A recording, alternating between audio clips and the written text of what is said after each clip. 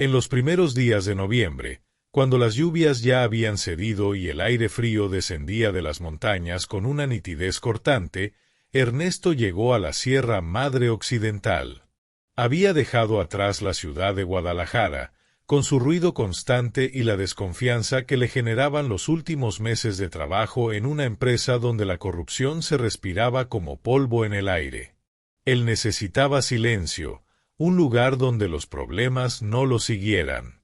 Por eso había comprado, casi a precio de regalo, una vieja choza abandonada en medio de un valle alto, rodeado de pinos y barrancas profundas. El camino hasta allí había sido duro. Primero la carretera angosta, luego un sendero de tierra que apenas resistía las lluvias pasadas. Ernesto cargaba una camioneta vieja con herramientas, víveres básicos y algunos libros. Pensaba que, en esa soledad, finalmente podría respirar. La choza era más precaria de lo que imaginaba. Paredes de adobe agrietadas, techo de lámina oxidada y un olor a humedad que lo recibió con cierta hostilidad.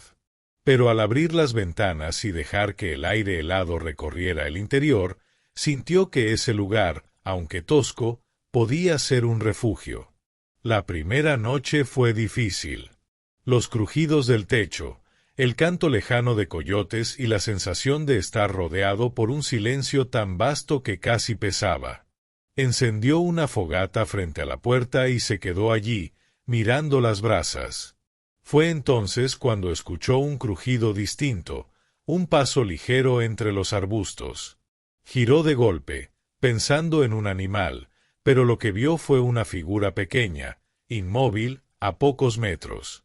Era una muchacha, apenas una adolescente, con un vestido sencillo y el cabello largo, oscuro, enredado por el viento. Lo miraba fijamente, sin decir palabra. Ernesto, desconcertado, levantó la mano en un gesto amistoso. —¿Vives por aquí? —preguntó con cautela. Ella no respondió. Solo se acercó unos pasos, con los ojos fijos en él, hasta que la luz de la fogata iluminó su rostro. Había en su mirada algo duro, desconfiado, pero no agresivo. Ernesto notó que intentaba mover los labios, pero ningún sonido salía. —¿No hablas? —insistió, ahora más bajo, casi con respeto. La muchacha negó suavemente con la cabeza. Pasaron varios segundos en silencio hasta que ella, con un gesto tímido, señaló la choza, como preguntando si podía entrar. Ernesto dudó.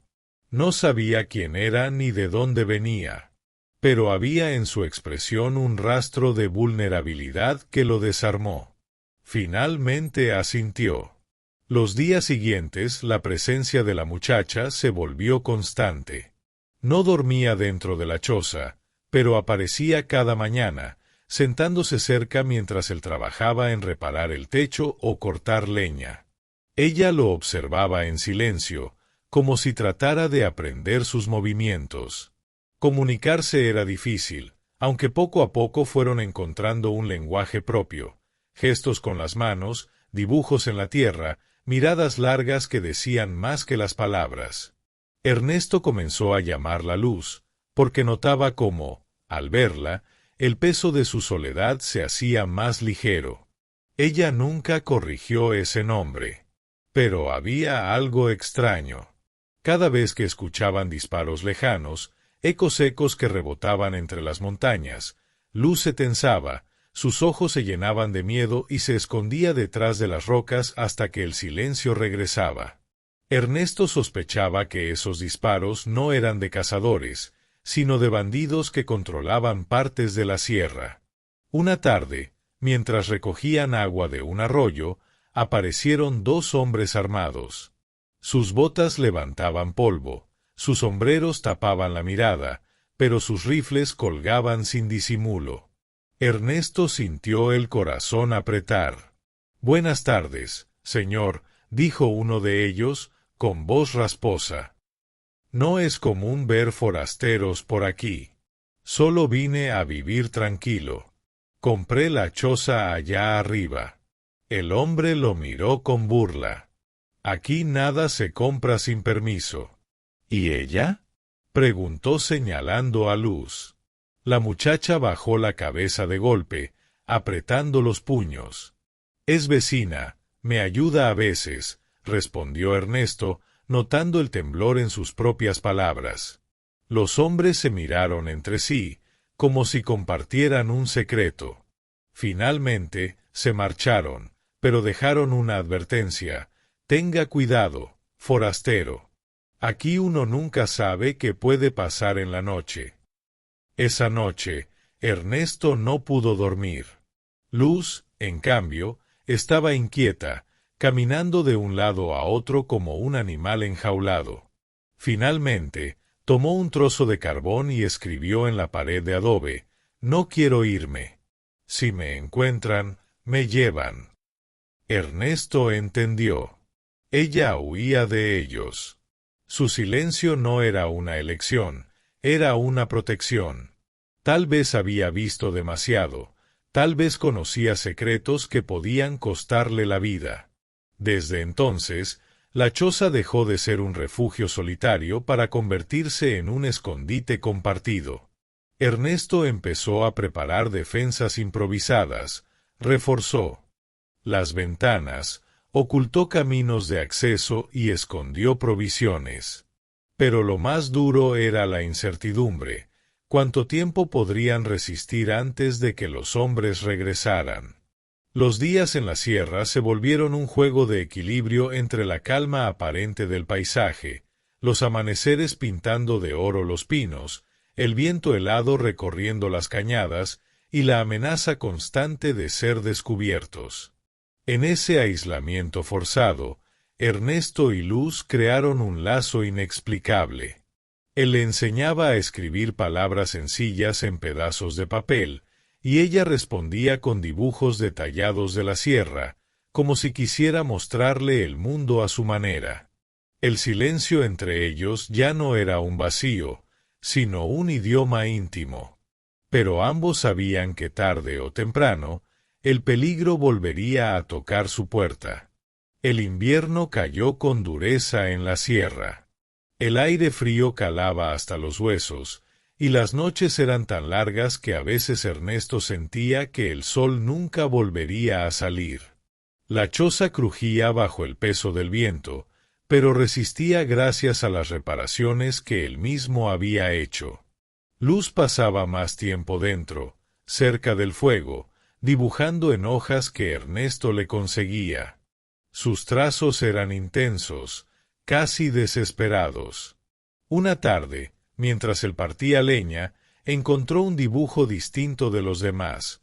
Mostraba a varios hombres armados, con rostros oscuros, y en el centro, una figura que parecía ella misma, encadenada.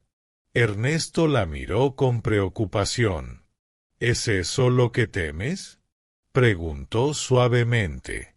Ella asintió con los ojos húmedos, luego escribió apresurada en un papel: «Me buscaban para callarme. Vi lo que hicieron en el pueblo. No quieren testigos». Ernesto comprendió al instante. No era solo una muchacha perdida, era una sobreviviente, alguien que había escapado de una masacre o de un crimen que esos hombres necesitaban ocultar. Su silencio era la única forma de mantenerse viva.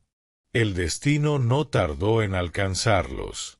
Una noche, cerca de la medianoche, los perros de un rancho vecino comenzaron a ladrar de forma frenética. Después vino el sonido inconfundible de motores apagándose, pasos pesados acercándose por el sendero. Ernesto apagó la fogata de golpe y le indicó a Luz que se escondiera bajo el piso de madera, en el hueco que había preparado días atrás.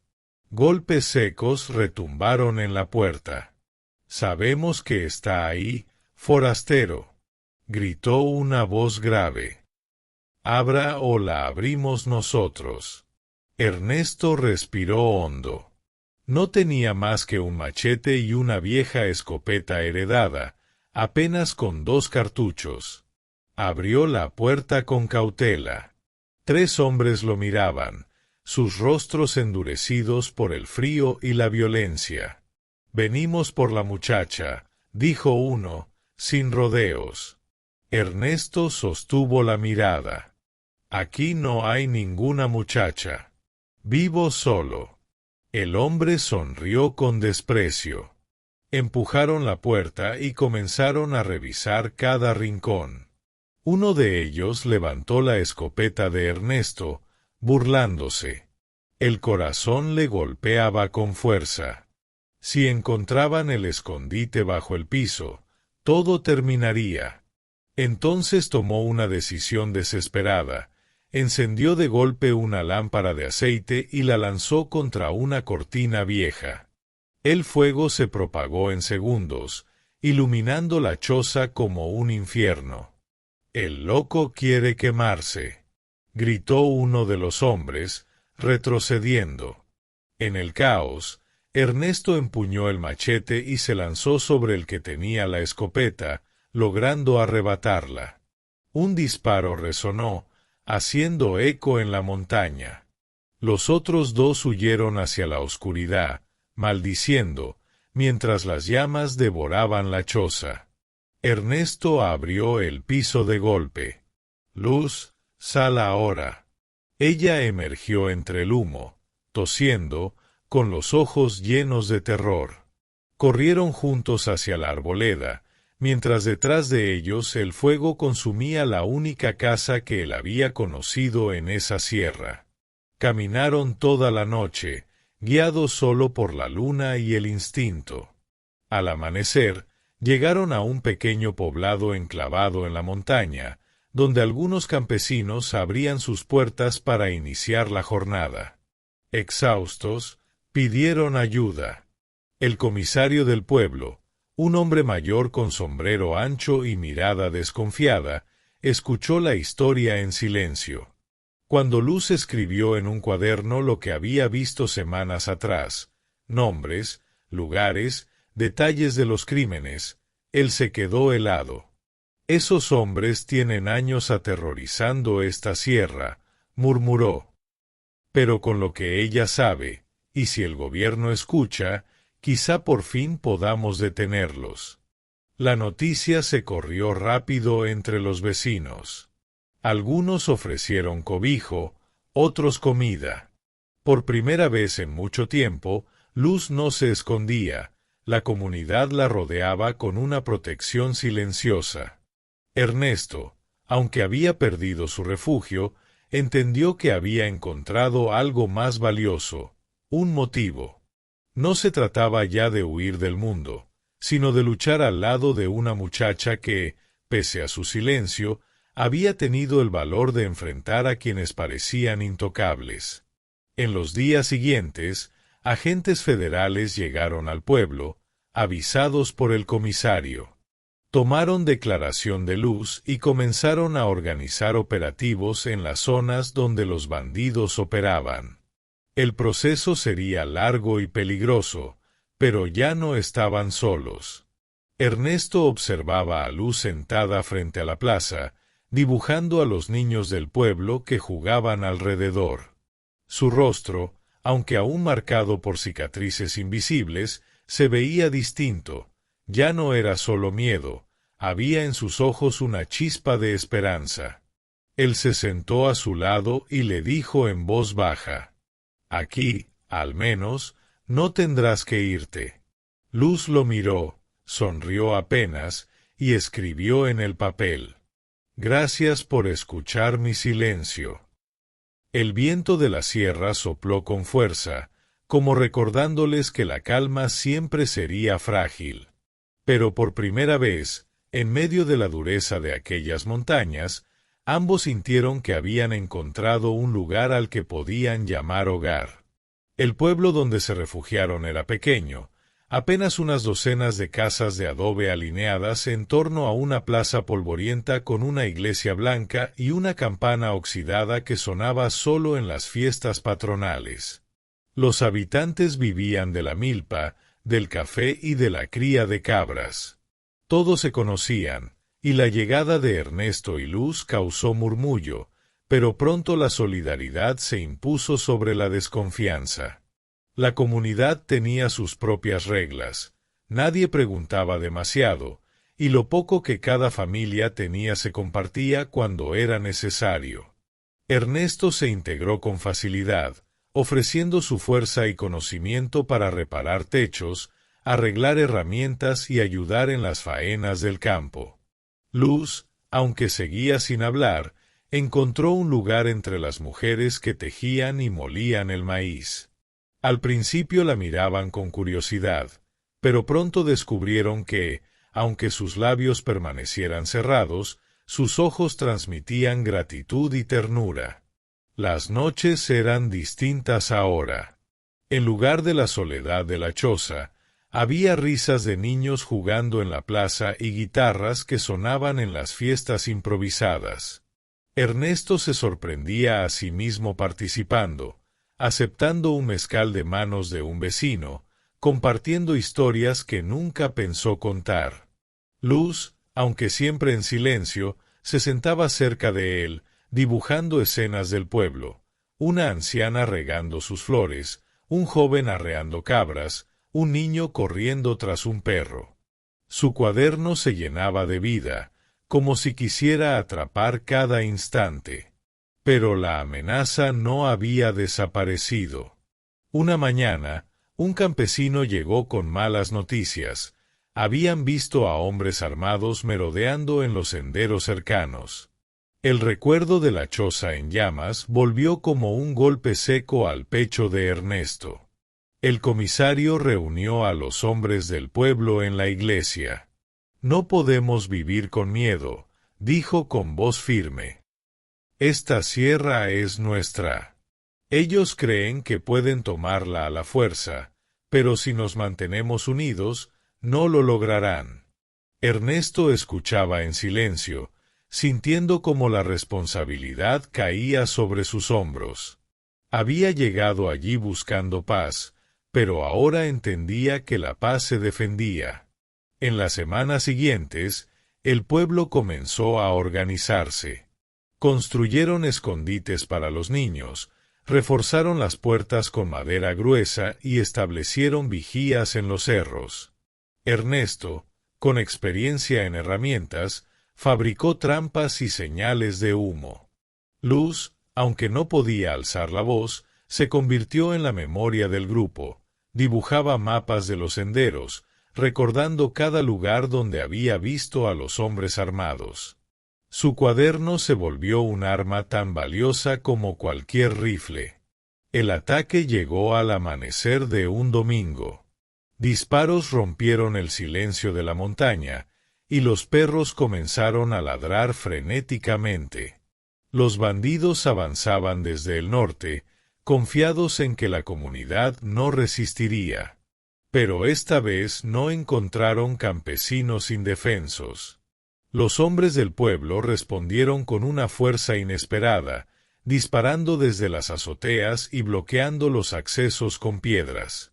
Las mujeres y los ancianos evacuaron a los niños hacia una cueva cercana, siguiendo un plan que habían ensayado en secreto. Ernesto, con la escopeta que había salvado de la choza, se colocó junto a la entrada del pueblo. Su corazón golpeaba fuerte, pero no era miedo, era determinación. A su lado, Luz sostenía el cuaderno contra el pecho, como si fuera un escudo. La confrontación fue corta pero brutal. Algunos bandidos cayeron heridos, otros huyeron al ver la resistencia organizada. Al final, el pueblo resistió. El humo de la pólvora quedó flotando en el aire, mezclado con el eco de los gritos y el llanto. Esa noche, alrededor de una fogata, los vecinos celebraron la victoria. El comisario levantó la voz. «Este pueblo seguirá en pie porque aprendimos que juntos somos más fuertes». Ernesto miró a Luz. Ella lo observaba con una mezcla de cansancio y alivio. Tomó un trozo de carbón y escribió en el suelo frente a él. Aquí encontré mi voz. Él la entendió de inmediato. Aunque nunca hablara con palabras, su silencio ya no era un peso, sino un testimonio de resistencia. Desde entonces, la sierra dejó de ser para Ernesto un lugar de huida. Se convirtió en un hogar conquistado con esfuerzo, dolor y esperanza.